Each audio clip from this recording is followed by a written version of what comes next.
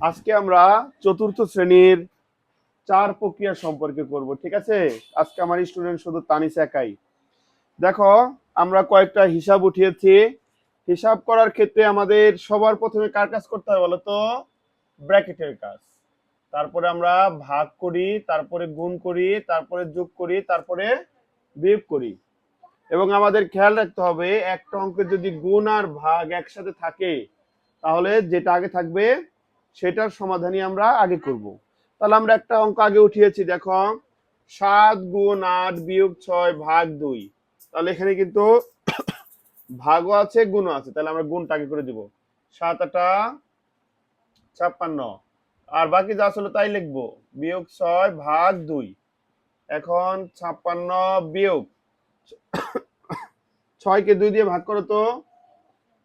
6কে 2 দিয়ে ভাগ করো তানিশা। 3 2 করে 6।